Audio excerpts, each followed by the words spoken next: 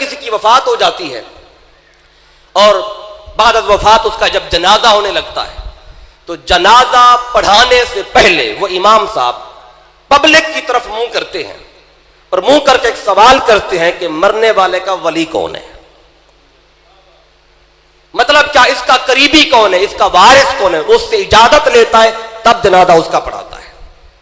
اسی طرح اگر کسی کی بیٹی کا بچی کا نکاح ہونے لگے تو نکاح خان نکاح پڑھانے سے پہلے پوچھتا ہے اس بچی کا ولی کون ہے، مطلب اس کا وارث کون ہے، اس کا قریبی کون ہے۔ تو ولی کا معنی ہوتا ہے وارث، قریبی ایک معنی۔ ولی کا ایک معنی ہوتا ہے محبوب، جس سے محبت کی جائے۔ ولی کا ایک معنی محبی ہوتا ہے۔ ولی کا ایک معنی مددگار بھی ہے۔ تو یہ ولی کے مختلف معنی۔ ولی کا ایک معنی حاکم بھی ہے، اور آج بھی یہ لفظ استعمال ہوتا ہے۔ آپ کہتے ہیں کہ یہ فلاں علاقے کا ولی عہد ہے، یہ فلاں ولی ہے، مطلب عہد کا جو حاکم ہو اسے بھی ولی کہتے ہیں، کیونکہ ولی بمعنی حاکم بھی ہوتا ہے۔ تو یہ 5-6 میں نے بڑے مشہور معنی بتائے۔ تو یہ جو قرآن مجید کی سورہ المائدہ کی آیت نمبر 55 ہے، انما ولیکم اللہ ورسولہ، یہاں پہ ولی کا معنی کیا ہوگا؟ ان 5-6 معنی میں سے کون سا معنی ہوگا؟ مفسرین نے ایک اصول بتایا ہے۔ وہ کہتے ہیں اگر ایک لفظ کے معنی زیادہ ہو اور آپ نے قرآن میں اس کا معنی متعین کرنا ہو تو سادہ طریقہ انہوں نے بتایا۔ انہوں نے کہا کہ اس آیت کا شان نزول دیکھ لیں، آیت کے شان نزول میں کوئی نہ کوئی واقعہ، کوئی بات ہوگی، اس تناظر میں وہ آیت کا نزول ہوگا، تو اس واقعے کو دیکھیں پھر اس لفظ کو دیکھیں، وہ واقعہ اس لفظ کا معنی متعین کر دے گا۔ اب ہم دیکھتے ہیں کہ اس آیت کا شان نزول کیا ہے، اور شان نزول جس مفسر نے لکھا ہے وہ آج کے دور کا مفسر نہیں، وہ آج سے 1000 سال پہلے کا مفسر ہے، اور ان کا نام ہے امام ابو بکر الجساس رحمۃ اللہ تعالی علیہ، اور ان کی تفسیر کا نام ہے احکام القرآن، اور ان کا سن وفات ہے 370 ہجری، ان کے آج سے کم از کم 1000 سال پہلے کا یہ مفسر ہے۔ اس نے اس آیت کو اپنی تفسیر میں اعمال یسیرہ کے طور پہ دلیل کے میں اس آیت کو کوٹ کیا ہے۔ کیوں؟ اعمال یسیرہ وہ اعمال ہوتے ہیں کہ جن کے کرنے سے حالت نماز میں نماز نہیں ٹوٹتی، کہ ایسا کام جس کے کرنے سے حالت نماز میں نماز نہ ٹوٹے وہ اعمال یسیرہ ہوتے۔ تو امام ابو بکر الجساس نے اس آیت کو اعمال یسیرہ میں دلیل کے طور پہ پیش کیا۔ کیوں؟ کہ ایک دن مولا علی شیر خدا علیہ السلام آپ نماز پڑھ رہے تھے، حالت نماز میں ایک سائل، ایک فقیر آیا مسجد نبوی میں، اس نے آ کے آواز دی میں بھوکا ہوں، مجھے کھانا چاہیے، میں حاجت مند ہوں تو میری حاجت روائی کی جائے، میں مشکل میں ہوں میری مشکل کشائی کی جائے۔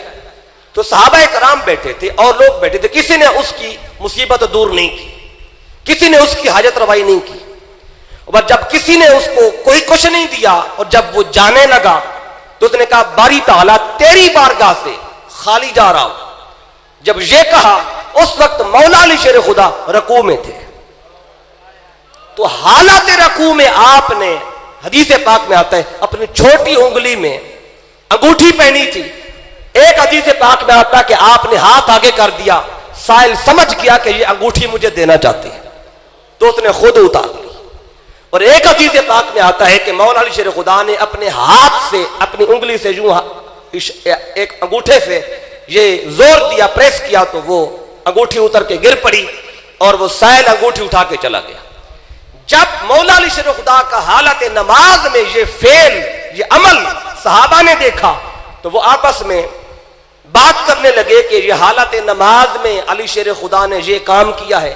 تو کسی نے کہا کہ علی کی نماز ٹوٹ گئی، کسی نے کہا کہ نہیں ٹوٹی، کہنے لگے علی شیر خدا نماز سے فارغ ہوں گے، انہی سے پوچھ لیتے ہیں۔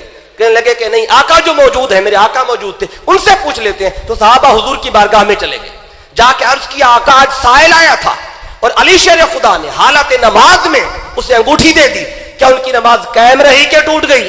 یہی بات ہو رہی تھی کہ خدا نے جبریل بھیجا،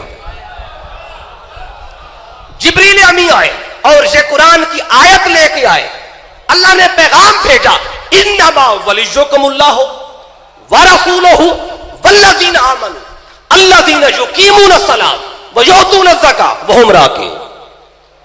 اللہ نے قرآن اتار دیا کہ علی کی نماز قائم ہے، ٹوٹی نہیں ہے۔ آقا نے تصحیح کر دی کہ یہ اعمال یسیرہ ہیں، ایسا کام ہے، چھوٹا کام جس کے کرنے سے نماز نہیں ٹوٹتی. اس لیے احکام القرآن میں ابو بکر الجساس علیہ الرحمہ نے اس آیت کو دلیل کے طور پہ پیش کیا کہ مولا علی شیر خدا نے حالات نماز میں انگوٹھی اتار کے دی. اب یہاں سے ہم نے ولی کا معنی متعین کرنا ہے کہ اس آیت کے تناظر میں ولی کا معنی کیا ہے. آیت کا شان نزول آپ نے سن لیا. ایک فقیر آیا، اس نے کہا میں حاجت مند ہوں، میری حاجت روائی کی جائے، میں مشکل میں ہوں، میری مشکل کشائی کی جائے. صحابہ کرام اور بھی بیٹھے تھے لیکن کسی نے بھی اس کی مشکل کشائی نہیں کی، اگر کی تو فقط مولا علی نے کی. تو یہاں سے یہ بھی واضح ہوتا ہے کہ مشکل کشا ہر کوئی نہیں ہوتا، کوئی کوئی ہوتا ہے، کوئی. تو قرآن لفظ ولی کا معنی متعین کر رہا ہے کہ ولی قرآن کے اس آیت کے اعتبار سے ولی اسے کہتے ہیں جو مشکل کشا ہو. تو اللہ نے لفظ ولی کا معنی یہاں متعین کر دیا.